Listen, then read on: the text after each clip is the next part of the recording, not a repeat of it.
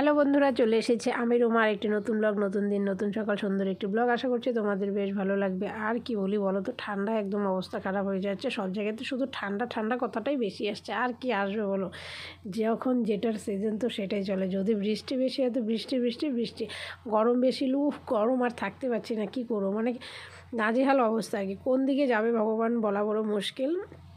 তো কিচ্ছু করার নেই, এটাকে সবটাকেই মানিয়ে নিতে হবে। এভাবেই মানিয়ে নিয়ে যাচ্ছে আর কি বলবো। এই ঠান্ডা আর কি বলবো। আর এই যে দেখো, কম্বল বিছিয়ে নিয়েছিলাম বিছানার মেইসেতে মাঝখানে, কেন বলো তো, তাহলে না ঠান্ডাটা একটু কম লাগে। বেডশিটে কিন্তু ঠান্ডাটা থাকে। তো প্রথমে দিনের বেলা পুপনকে আমি ছোটো কম্বলটাই দিই বিছিয়ে, তারপরে রাত্রেবেলা বড় কম্বলটা নিই, তাহলে আমাদের দুজনেরই হয়ে যায়। আবার এখন এই কম্বলটাকে তুলে ভাঁজ করে রেখে দিব। এটাকে আর এখন সারাদিন পেতে রাখবো না, কিন্তু সারাদিন পেতে রাখলে রাত্রেবেলা শোয়াটা কীরকম লাগে না একটা। যদিও বা বেডশিটের উপরেই শুই, তবুও আর কি। আর পুপন তো ধরো রাত্রে, সারা রাত্রি শুধু এপাশ ওপাশ করতে করতেই ওর চলে যায়। মানে এই টেনে নিয়ে শোয়াচ্ছি তো আবার চলে যাচ্ছে, আবার আনছি আবার যাচ্ছে, এই করতে করতে আমার একদম রাত কাবার হয়ে যায়। এইভাবেই চলতে থাকে আর কি বলো।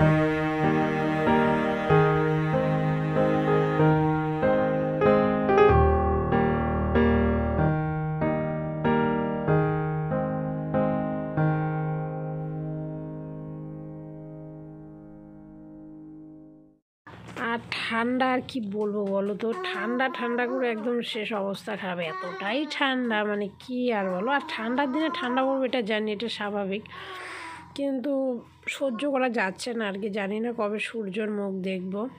একটু করেও যদিও বা দুপুরবেলাতে উঠছে তো আবার ঘুমিয়ে যাচ্ছে, এই হলো পরিস্থিতি আর কি। শুভ সকাল বন্ধুরা, কেমন আছো তোমরা? সবাই ভালো আছো, সুস্থ আছো, আমরাও ভালো আছি। আর আমার চ্যানেলে সবাইকে স্বাগত আর অনেক অনেক ভালোবাসা জানিয়ে ব্লগটাকে শুরু করে দিলাম। আর আজ কিন্তু অনেক দিন, বেশিরভাগ দিনে আমি দেখছি এখন 1টা 1:30 এরকম বাজছে, কিন্তু না আজকে একটু তাড়াতাড়ি হলো না। তো পবন আজকে স্নান করাবো না, একটু রোদ উঠলো তো ভাবলাম করাবো, কিন্তু না করাবো না। কেন বলো তো, জামা কাপড় খুললেই ঠান্ডা লাগছে, আর কী করে পরাবো, কী করে করাবো। আর জল দেখতেও ভয়ই পাচ্ছে মনে হচ্ছে ওরকম। আর এই যে দেখো আমি 2টো সোয়েটার পরলাম, আজকে ঠান্ডা লাগছে ওই জন্য পরলাম। এই যে দেখো বন্ধ করে দিল দরজাটা, তার জন্য ভালো দেখা যাচ্ছিল না। আর আমার এই যে দেখো ব্লগটা শুরু করে দিলাম। তো আমার স্নান টান সব হয়ে গেছে, কাজ হয়ে গেছে। পুকুর আজকে ঘুমায়নি, তার জন্য এই যে বিছানার পরিস্থিতি একদম জটিল হয়ে গেছে একদম। দেখবে দেখাচ্ছি আমি তোমাকে বিছানাটাকে। এই যে দেখো, অন্যদিন যেমন মশারি থাকে, তো আজকে মশারি নেই, এই এলো অবস্থা হয়ে গেল একদম। এগুলাকে গুছানো কি কম টাইম লাগবে বলো তো?